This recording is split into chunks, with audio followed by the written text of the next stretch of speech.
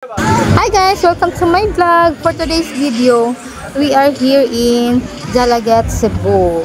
So, andito po ako sa beach park guys. Nakaka-open pa lang dito sa aming lugar po sa Cebu City. So, malayo lang po ito sa amin guys.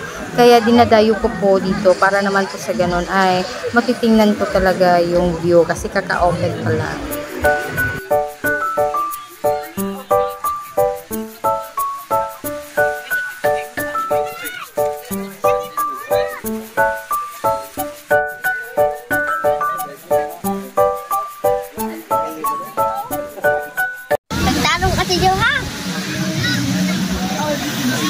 Sige.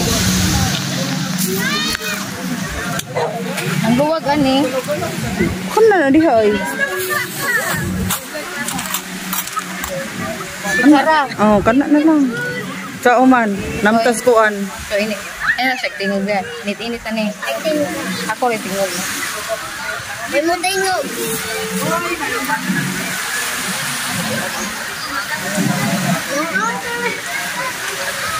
So magluto ta karon guys og si tawagan ni bihon, pansit bihon o pansit bihon.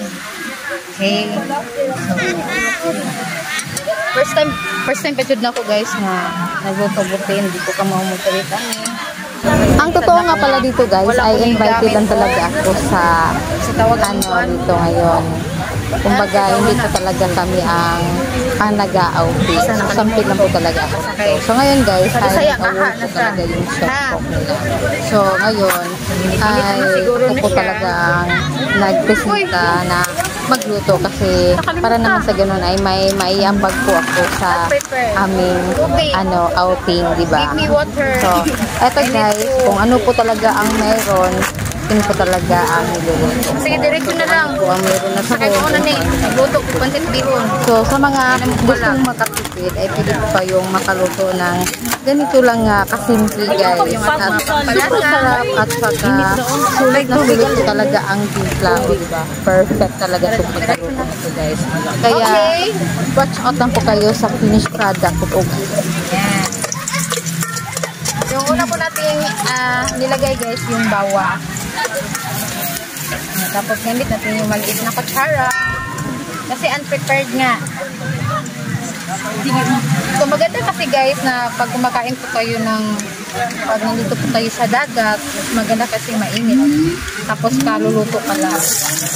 At para naman ma-experience ko na po, para naman sa ganun guys, ma-experience po natin yung outdoor cooking. Diba? Perfect. Kaya na guys. So, ang sahog lang po natin ay nilagyan ko siya ng chicken.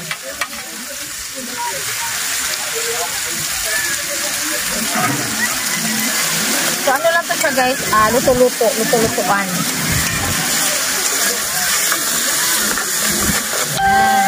Perfect.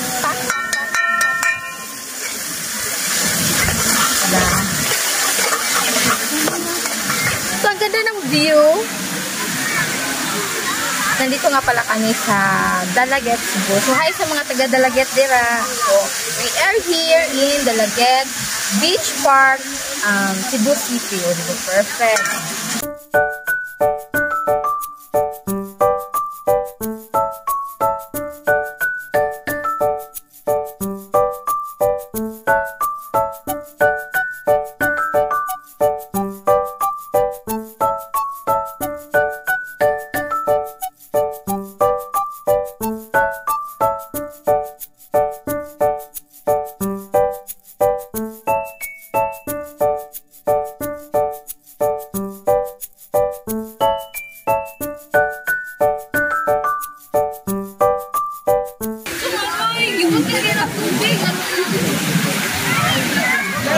So, sunda ko ugas ko kayo.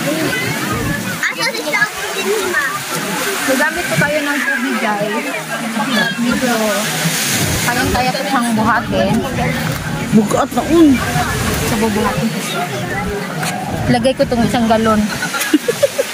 Para sa ano. Para magkasabaw-sabaw naman yung ating pansit bihon, guys. Diba? So, ganito lang po magluto ng pansit bihon. Dapat 1 galon tubig.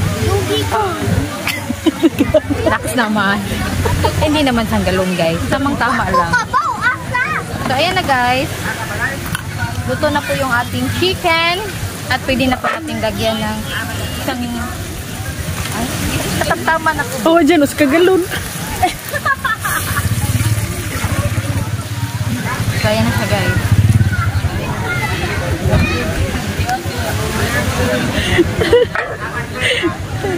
At syempre, ibalik natin. Kasi, hindi to amin tong tubig. Wala kasi yung may-ari, guys. So, ibalik natin.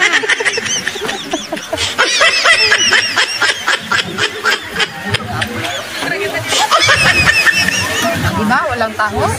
Malis yung may-ari.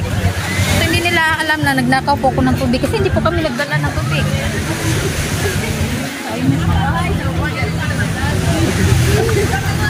So, takpan natin. Another 1 hour.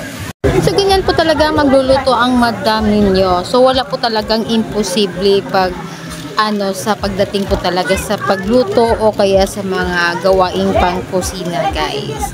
Kaya tutok lang po kayo sa video ko kasi marami po talaga kayong matutunan sa akin na mga discarding pinakamalupet at pinaka-perfect na pamamaraan.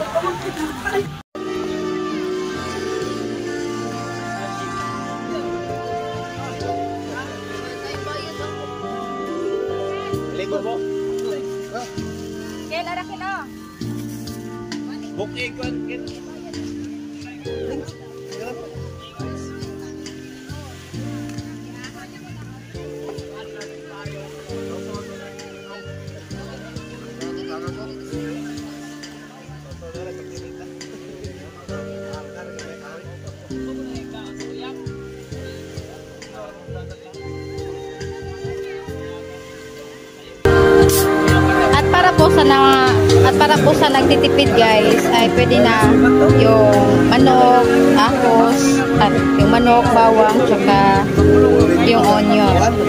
Tama ba? Pagkatapos, at naitimplahan na po natin yung yung sabaw niya, guys, ay pwede na natin ikaw na yan. Lagyan na natin yung ating bihon.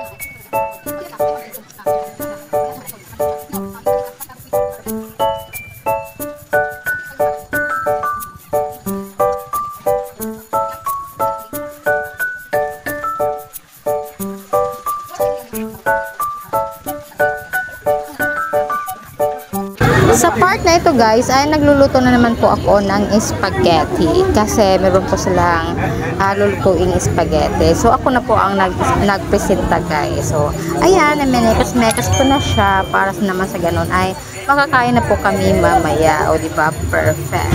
So ayan na, guys, naluto na siya at dito na po nagtatapos ang aking video at salamat po sa panonood at have a nice day. So that's it. Thank you for watching. Bye bye.